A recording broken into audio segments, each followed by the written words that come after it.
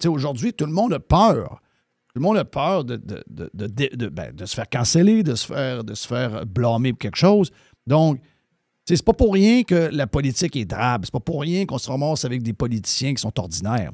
T'sais, on a ce qu'on a créé par nous-mêmes. On a tous ceux qui ont de la drive, tous ceux qui ont des affaires à raconter, tous ceux qui ont des affaires à dire, puis qui ont le goût de brasser, savent très bien dans l'époque où on est aujourd'hui de la cancellation, où est-ce que la liberté d'expression est encadrée vraiment, que eux autres, s'ils se présentent là, ils sont faits. Ben, ça m'emmène à t'amener sur le sujet de la liberté d'expression, tu sais, puis parce que tu sais, ça a été longtemps un sujet, même je pense encore aujourd'hui, qui t'interpelle beaucoup. Ben justement, est rendu où la liberté d'expression aujourd'hui? Ben, elle est menacée. Ça, c'est clair. Elle est menacée. Surtout, tu sais, il y en a qui capotent avec l'histoire aux États-Unis. Je pense pas qu'aux États-Unis, si la liberté d'expression est menacée aux États-Unis, je peux vous dire de quoi elle a été étouffée complètement ici. Là. Parce qu'il y a énormément de choses qui se passent au bord. La Constitution les protège pas mal. Mais ici, moi, j'avais dit en 2005, quand le CRTC a essayé de fermer choix à cette époque-là, je répétais régulièrement que puis je disais ça aux gens qui nous détestaient, parce que tous nos concurrents voulaient qu'on ferme. OK? Toutes les stations de radio, les médias écrits, les télévisions, toute l'industrie médiatique était contre choix. Alors qu'il aurait dû être avec choix. Il aurait dû défendre choix. Pas défendre le contenu, pas défendre les idées, pas défendre les valeurs que j'avais. Défendre la liberté d'expression. Et là, je leur disais à ces enfants-là, je leur disais, un jour, ce que vous faites là, ça va venir vous mordre le cul. Et c'est exactement ce qui est en train de se passer. Ouais. On a ouvert une boîte de marde il y a longtemps. Puis cette boîte-là, quelqu'un s'est rendu compte qu'on pouvait, par toutes sortes de trucs, aujourd'hui, on appelle ça la cancellation, on appelle ça le fait que on ne peut plus rien dire. Là, en fin de semaine, quelqu'un nous a envoyé une première page d'un journal. C'était une chanteuse qui avait adopté un noir. C'était un bébé. Elle avait le bébé dans ses bras, puis c'était marqué « Telle chanteuse a adopté un bébé noir ». C'est juste de penser à ça aujourd'hui, que quelqu'un écrit ça en première page du Journal de Montréal. Il y a des têtes qui roulent, il y a du monde qui sont cancellés pour l'éternité. Mais à l'époque, c'était ça. Là. Il y avait une liberté qui était peut-être un peu, comment je dirais, c'était un petit peu... les gens ne pensaient pas à ça. Les gens, ils disaient sans filtre ce qu'il y avait à dire, puis c'était tout. Oui, il y a eu des poursuites. Oui, c'est arrivé. Il y a un cadre où il y a des lois au civil qui protègent des points qui sont importants. Tu ne peux pas menacer, tu ne peux pas diffamer, etc. Donc, on connaît la patente. Ouais. Mais au-delà de ça, il y avait une liberté qui faisait que les gens étaient plus colorés, les gens étaient plus audacieux, les gens... c'est ça, on avait une vie où c'était plus le fun. Tu sais, aujourd'hui, tout le monde a peur. Tout le monde a peur de se faire canceller, de se faire blâmer pour quelque chose. Donc, c'est pas pour rien que la politique est drabe. C'est pas pour rien qu'on se ramasse avec des politiciens qui sont ordinaires. Tu sais, on a ce qu'on a créé par nous-mêmes. On a... tous ceux qui ont de la drive, tous ceux qui ont des affaires à raconter, tous ceux qui ont des affaires à dire, puis qui ont le goût de brasser, savent très bien dans l'époque où on est aujourd'hui de la cancellation, où est-ce que la liberté d'expression est encadrée vraiment, que eux autres, s'ils se présentent là, ils sont faits. Ils vont être obligés de sortir par la porte de côté, puis leur nom va être entaché, puis etc. Donc, ces gens-là, ils vont pas. Donc, on se ramasse juste avec des gens drabes. Moi, j'appelle les gens qui sont nos leaders aujourd'hui. Quand on était plus jeune à l'école, il y avait, dans le cours d'école, quand il y avait les récréations, il y avait toujours une gang de têteux avec les profs qui marchaient. Ça, dans nos années, à nous autres, ces estis de têteux-là, ils foutaient rien. Aujourd'hui, ce sont devenus nos leaders dans la société. C'est les têteux de profs qui sont les leaders. Et tous ceux qui étaient les alphas, les toughs, les gens avec du panache, les gens avec de la couleur, bien, ils ont été obligés dans cette nouvelle société-là où il y a moins de liberté d'expression, où tu fasses très attention, tu marches sur des œufs tout le temps. Ces gens-là sont obligés de s'éteindre.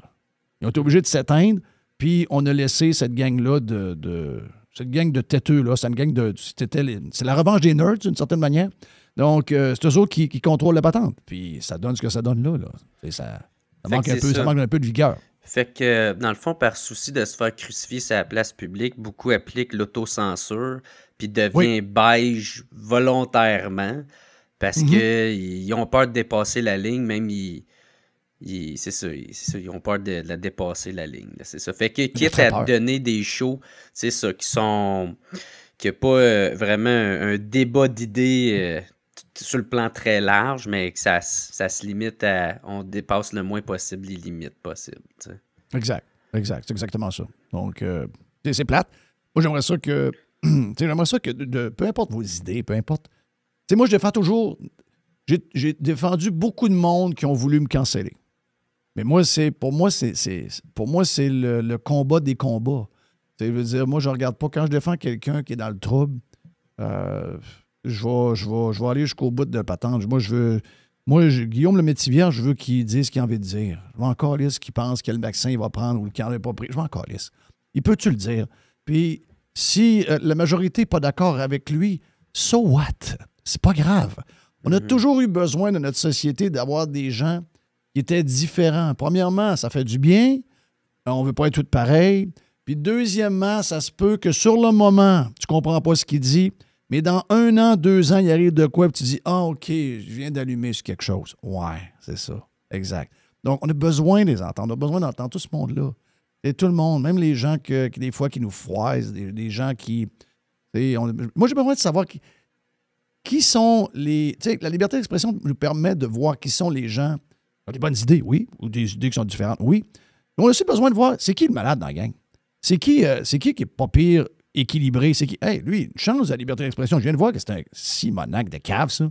Je veux voir, de par sa liberté, je veux pas le canceller. Je veux juste voir, ben coudonc, c'est un cave. Bravo à la liberté d'expression, fait sa job.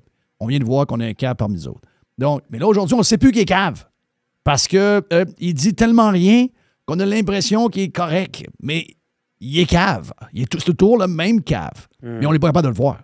Fait qu'il faut tolérer un peu les erreurs ou les débordements que la liberté d'expression peut amener, sans dépasser, maintenant, encore une fois, l'incitation à la haine ou les menaces ou tout ça. C'est déjà établi qu'on est d'accord là-dessus. Mais c'est ça, faut que ça tolère ces erreurs-là. Genre, il y a des différences, par contre. Pour la liberté d'expression, tu as certains groupes qui ont plus de lousse que d'autres. Si je vais en politique, Éric Duhem n'a pas la même liberté d'expression que Ruba Gazal. On s'entend. Ruba Gazal peut dire, elle peut envoyer un post avec From the River to the Sea et il n'y a pas de conséquences pour elle. Si Éric Duhem s'envoie avec quelque chose de pas très gentil envers les Palestiniens, à l'inverse, puis que les bien-pensants trouvent que ça n'a pas de bon sens, bien là, ils vont frapper dessus, puis il a voulu dire ça, puis on le sait que c'est pas gentil, puis c'est pas fin. Puis là, ils vont le frapper jusqu'au temps qu'il soit obligé de s'excuser publiquement. Donc, c'est pas la même... C'est pas la liberté d'expression, elle est variable dépendamment dans quelle gang t'es. Pour certains, c'est ça. C'est ça. Exact. C'est ça, qui est 2 poids, 2 mesures, puis qu'il y en a un qui va être très complaisant, puis l'autre, qui te le manquera pas, là, t'sais. Exact. Ouais. Ça m'amène ça à parler de la manifestation de 50 000 personnes qu'il y a eu dans les rues aussi à ce moment-là, parce que tu as parlé de, c'est ça, 2005, tu as dit, je pense que c'était dans ces années-là, justement, la grosse manif de 50 000 personnes dans les rues. Tu veux-tu m'en parler de ça? Ben, c'est sûr que, si tu veux en entendre parler, ça me fait plaisir. C'est un moment extraordinaire. C'est un moment, celle-là et celle d'Ottawa, on est monté des tonnes d'autobus. On est à peu près 20 000 personnes à Ottawa devant le Parlement quelques jours plus tard. Pour moi, ça a été... c'était des chevaliers qui avaient... Puis, il y avait beaucoup de monde là-dedans qui n'ont pas fait ça nécessairement pour la station ou pour moi. Ils l'ont fait pour le principe. Il y avait des gens là-dedans qui n'étaient pas des auditeurs. Il y avait des gens qui étaient non, t'as peu, wow, qu'est-ce qui se passe là? On a un organisme avec des fonctionnaires, puis par en arrière, une élue qui a voulu jamais admettre qu'elle était impliquée là-dedans, qui était la ministre du Patrimoine, qui était en charge chez RTC. il y avait une volonté d'éliminer quelqu'un, une station qui dérangeait. Là. Et c'était vraiment ça. Il y a des gens qui se disent, je peux pas appuyer ça. Là. Moi, certain que mes parents étaient 100% derrière ce que je disais, ce que je pensais. Probablement même pas 70%. Bon, il y a probablement juste un 20-30% qui était d'accord avec ce que je disais. Mais mon père, de son vivant, qui est un ancien député du Bloc québécois. L'extrait que tu viens d'écouter est une présentation de siterapide.ca. T'es tanné de t'arracher les cheveux de sa tête parce que tu sais pas comment faire un maudit site Internet? Ben, va voir siterapide.ca. C'est la solution pour les entrepreneurs et les propriétaires de PME qui désirent un site web professionnel à une fraction du prix. Ça te convainc pas encore? Ben c'est bien correct, on va aller voir le site Internet de notre chumé Cédric Bergeron qui vient tout juste de le faire par siterapide.ca. Tu vois bien, c'est eux autres les experts. Puis comme si c'était pas assez, ils offrent d'énormes rabais pour tous ceux qui sont membres de l'UDA ou qui ont un organisme à but non lucratif. N'attendez plus et allez tout de suite à siterapide.ca.